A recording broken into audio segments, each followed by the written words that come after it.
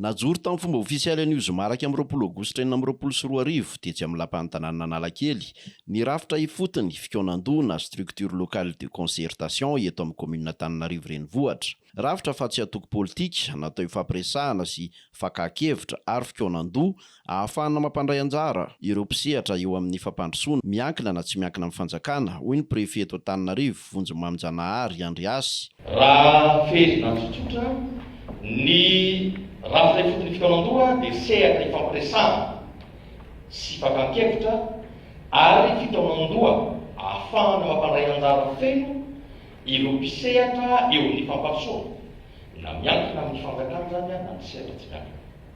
Sehatra ifampiresahana, fakakevitra ary fikonan-doha ahafahana mampandray anjara ny vetra.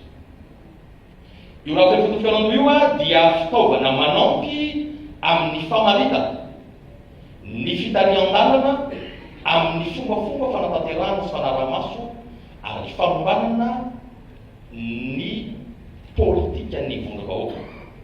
Resaka le politika zany dia le politika publika resaka fa tsy le politika anankiray. Ifitsika fe ny fomba fiasan'ny rafitra ifotony fikonan-doha dia ny fampiroboroboana, ny fahafahana maneho hevitra, ny fandraisana anjara, ny faneketana ary ny fampandraisana andraikitra ny olom-pirenena. Inona moa ny tanjona?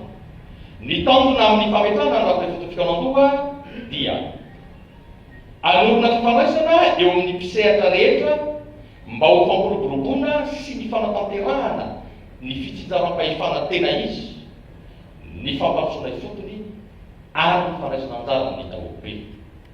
Rafitra manaja ny fahitsiana, ny mangarahara ary ny tamberinandraikitra, tsy manilika na manavaka fa misokatra amin'ny fifampiresahana anaty fanajana ny zon'olombelona. Tonga nanotrona izany ny prefet Antananarivo, ny PDS feno Ralambomanana, ny mpiara-miombonantoka GIZ ary ny SG ny commune Antananarivo renivohitra. Namafisiny be ny tanàna Antananarivo, Andriamatoa feno Ralambomanana fa lalàna efa nisy izy io no tanterahana ny fametrahana azy. Io efa lalàna io manatanteraka lalàntsika fananganana azy.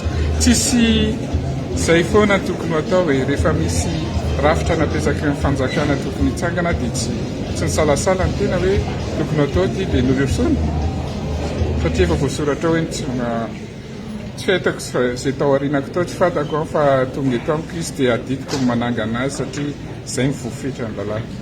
Rafitra ohatr'izao manome sosokevitra dia ny tanàna miaraka midinika ny atao anatin'ny fitantanana ny tanàna Antananarivo satria mifeo am-pony ilaina eny foana zay zava-dehibe zany ary noko fa mahatonga ny mpitantana eto angeny noho ny vahoaka feom-bahoaka no hoe nono eto amin'ireny metaita vahoaka no tanterahana eto.